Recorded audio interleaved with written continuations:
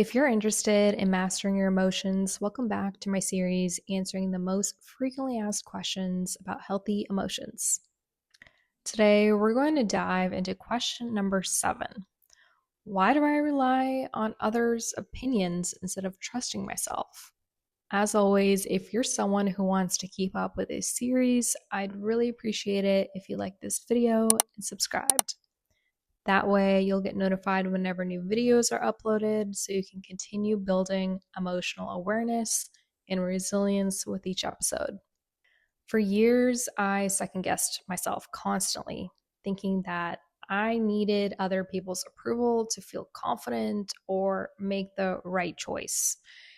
And I assumed that asking for advice or checking in frequently made me careful or responsible. But what it actually did was chip away at my self trust. And I would replay decisions in my head, imagining how others would react. And it kept me from acting decisively.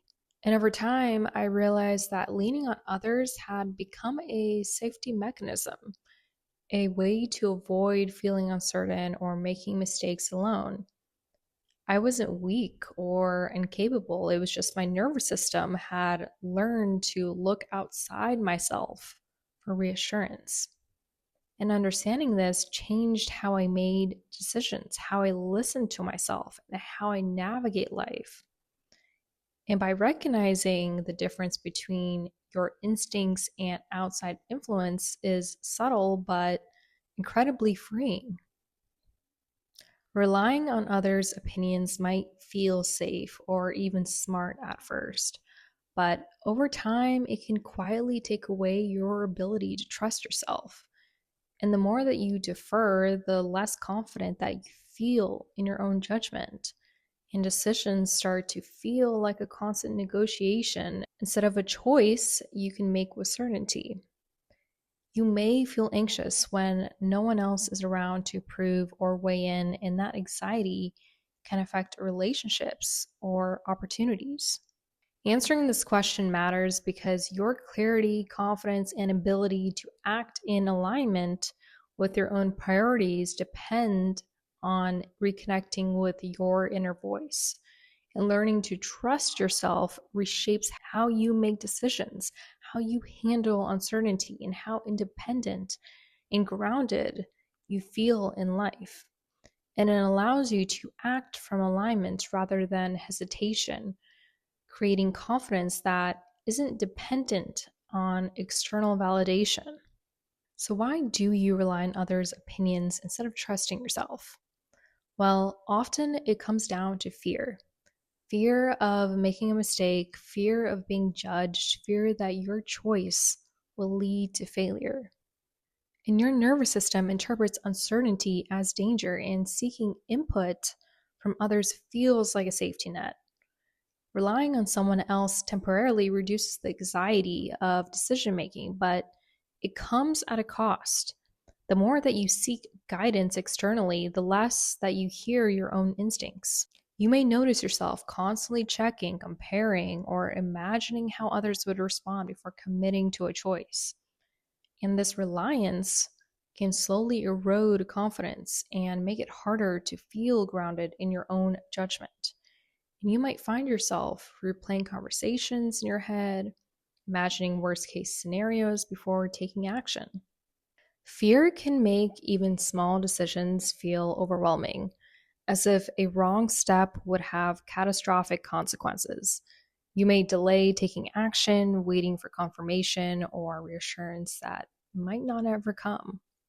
And this pattern reinforces the illusion that your choices are unsafe unless approved externally.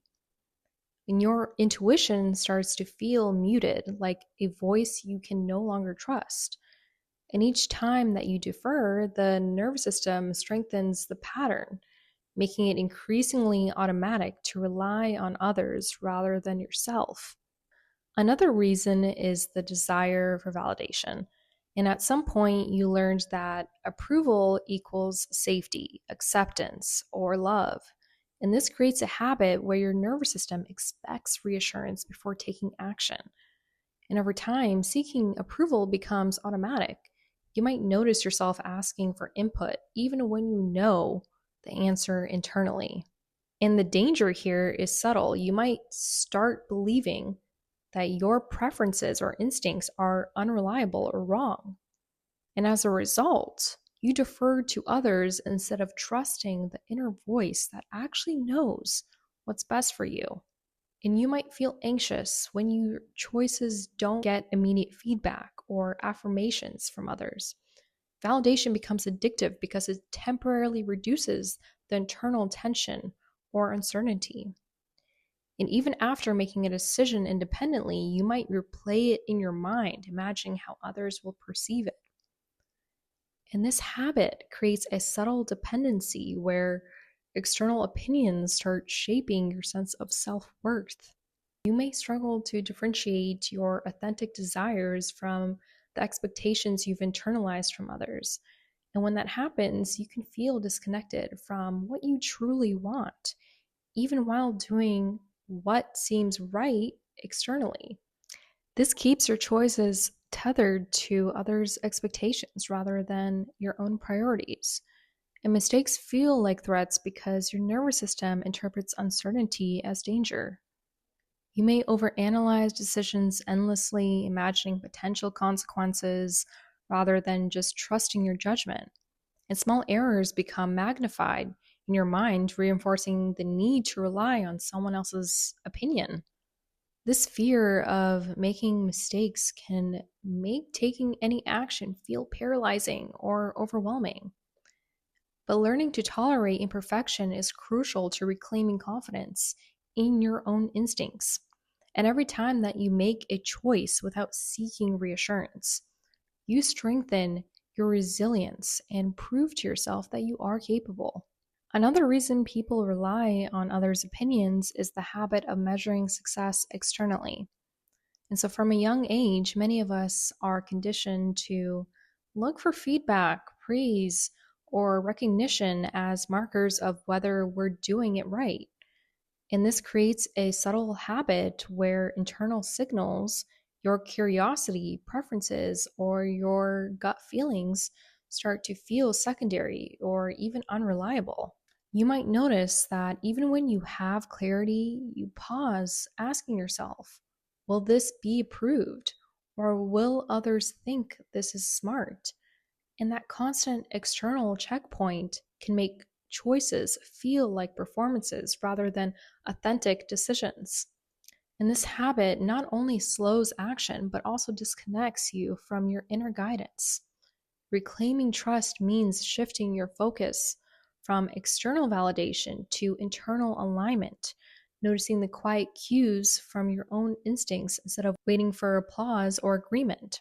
At its core, only you know what's right for you because only you truly understand your goals, your desires, and your values. And learning to trust yourself means noticing when you automatically defer and ask, what do I actually want? It means building confidence through small intentional decisions without waiting for someone else's approval. And each choice you make strengthens your internal compass, proving to yourself that your judgment is trustworthy. And over time, you internalize the reassurance you once sought externally and reclaim a sense of authority over your own life. And you may start recognizing patterns where others' opinions influence your decisions unnecessarily. But practicing self trust allows you to honor your own priorities without guilt or second guessing. Each small act of independent decision making reinforces that your instincts are valid and capable.